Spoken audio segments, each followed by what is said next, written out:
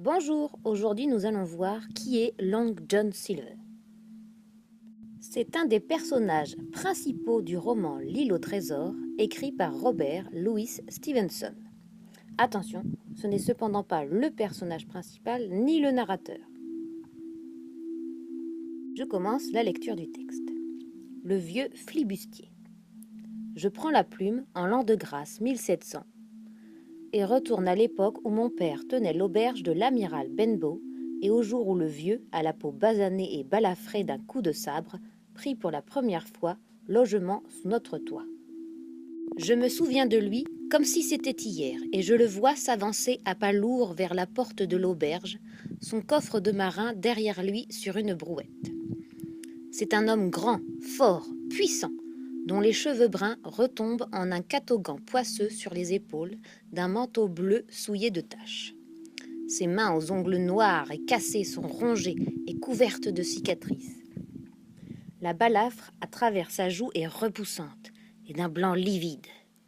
Je le vois parcourir la crique du regard tout en sifflotant, puis tout à coup entonner cette vieille rengaine de matelot que par la suite nous devions si souvent entendre.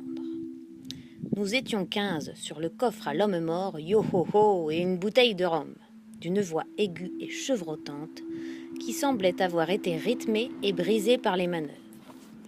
Ensuite, il frappa à la porte avec un bâton qui était comme un anspecte, et quand mon père apparut, d'un ton brusque, il commanda un verre de rhum.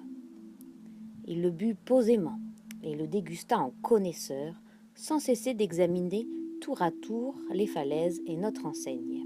« C'est une bonne crique, dit-il enfin, et l'auberge est bien située. Beaucoup de monde, camarade ?» Mon père lui répondit qu'il avait très peu de clients et qu'il le regrettait. « Tant mieux, dit l'autre. C'est le bercail qu'il me faut. Ohé, l'ami, cria-t-il à l'homme qui poussait la brouette. Accostez ici et montez mon coffre. Je vais rester ici un moment, continua-t-il. Je suis pas difficile, du rhum et des œufs au lard, c'est tout ce que je demande. Et ce poste là-haut, pour surveiller les navires au large. Comment allez-vous m'appeler? Oh, vous pourriez m'appeler capitaine. Ha! Je vois ce qui vous inquiète. Et il jeta 3 ou 4 pièces d'or sur le comptoir. Vous me préviendrez quand j'aurai dépensé ça, dit-il, l'air aussi méprisant qu'un amiral. Et à vrai dire, si sales que fussent ses vêtements et si rude que fût son langage, il ne donnait pas l'impression d'être un simple matelot, mais un maître qui ne souffre pas la désobéissance. Remplissez maintenant le formulaire qui se situe sous la vidéo. Il servira à former des groupes de besoins pour la prochaine séance d'AP. Je vous dis donc, à vos méninges maintenant.